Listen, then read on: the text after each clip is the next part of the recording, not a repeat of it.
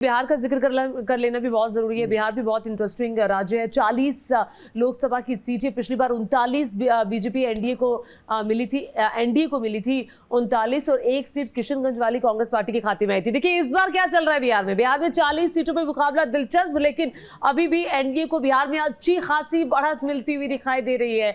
NDA को JDU के खाते में 15 सीटें, सबसे ज्यादा जो गेन है वो यहाँ पे जेडीयू का है, 15 सीटें। बीजेपी 12 सीटों के साथ दूसरे नंबर पर है। हालांकि आरजेडी नहीं भुना पाई है। एलजेपी को 5 सीटें मिली थी और पांचों की पांचों सीटों पर चिराग पासवान की पार्टी आगे चल रही है। आरजेडी को 4 सीटों पर अच्छी खासी बढ़त नजर आ रही है। महज एक सीट पर सिमट रही है। हालांकि एक सीट ही पिछली बार कांग्रेस पार्टी के खाते में थी, किशनगंज की, तो अब उस सीट को रिटेन करती हुई कांग्रेस पार्टी दिखाई दे रही है। लेकिन बड़ा सवाल ये कि आखिर आरजेडी, जिसकी आंधी इस बार कहा जा रहा था कि आंधी चलेगी, बहुत कुछ सरप्राइजिंग फैक्टर होगा, तो ये क्या हो गया बिहार में? उत्कर्ष के पास चलते हैं। उत्कर्ष, जरा बताइए।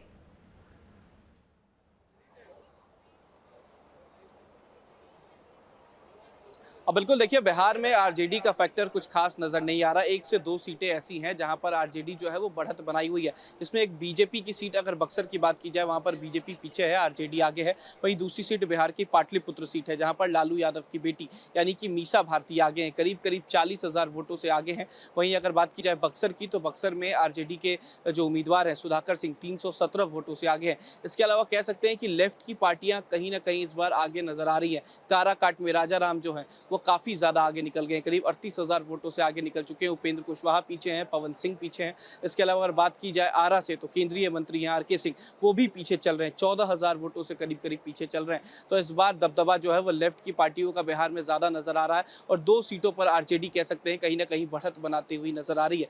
बाकी सारी सीटें जो है वो बीजेपी, जेडीयू और लोजपा के तरफ कह सकते हैं कि जा रही है। लेकिन एक सीट, ऐसी सीट जहां पर अब क्लियर लगभग चीजें साफ होती जा रही है, वो है जहानाबाद सीट। जहानाबाद सीट से आरजेडी जो है वो आगे निकल चुकी है, 50,000 वोटों से आगे निकल चुकी है। हालांकि ये आखिरी रुझान नहीं है, लेकिन अभी भी जो बढ़त बनती नजर आ रही है, ये माना जा रहा है कि जो उम्मीदवार को लेकर नाराजगी थी वो इस बार साफ है। पप्पू यादव की बात की जा रही थी, लग रहा था पप्पू यादव आगे निकलेंगे, लेकिन करीब 4,800 वोटों से पीछे हो गए हैं। तो ये सारी अहम सीटें हैं। चिराग पासवान काफी अच्छी बढ़त बनाते नजर आ रहे हैं, करीब 50,000 वोटों से जो है वो आगे हैं। पिता का रिकॉर्ड तो संभवतः नहीं तोड़ पाएंगे, लेकिन अच्छी कह सकते हैं कि उछाल जो है वो चिराग पासवान के वोटों में नजर आई है, क्योंकि ये वही सीट है हाजीपुर जहां से स्वर्गीय रामविलास पासवान रिकॉर्ड तोड़ मतों से जीतते आए थे। Guinness book of world record में उनका नाम भी दर्ज किया गया था।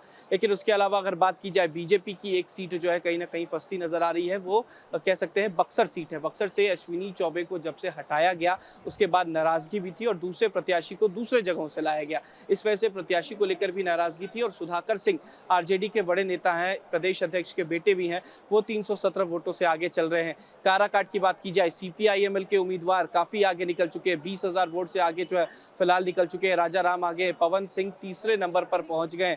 उपेंद्र कुशवाहा के वोट जो है वो कह सकते हैं कि पवन सिंह ने काट लिए। हम वीवीआईपी सीटों की भी बात करेंगे उत्कर्ष, लेकिन बड़ा सवाल ये है, सुमित मेरे साथ स्टूडियो में मौजूद है। सुमित, देखिए आप बड़े भाई की भूमिका में जेडीयू आता हुआ दिखाई दे रहा है, क्योंकि इस बार जो टिकट का बंटवारा हुआ था, 17 सीटें बीजेपी ने अपने पास रखी थी, 16 सीटें जेडीयू को दी थी और जेडीयू उन 16 सीटों में से 15 सीटें जीती हुई नजर आ रहा है, जबकि 17 सीटों में से 12 सीटें बीजेपी के खाते में जाती हुई दिखाई दे रही है। एक और चीज मैं जोड़ूंगी, पिछली बार शून्य था आरजेडी, कुछ नहीं था आरजेडी के पास, लेकिन फिर भी हासिल हो रही है 3 से 4 सीटें। हाँ बिल्कुल, 3 से 4 सीटें हासिल हो रही हैं और एक तरीके से हम ये कह सकते हैं कि ये पूरा झटका, इतना बड़ा झटका इंडिया गठबंधन के लिए नहीं है, क्योंकि इंडिया गठबंधन पिछली बार केवल 1 सीट जीती थी और इस बार एक कांग्रेस भी जीत रही है, आरजेडी भी जीत रही है। और जिस तरीके से का कॉम्बिनेशन बिहार में है, बिहार में हम देखते हैं कि नीतीश कुमार जिस पार्टी के साथ मिल जाते हैं, उनकी जेडीयू जिस पार्टी के साथ मिल जाती है वो क्लीन स्वीप कर देती है। चाहे वो आरजेडी के साथ मिलकर अगर चुनाव लड़े तो वो गठबंधन जीतता है।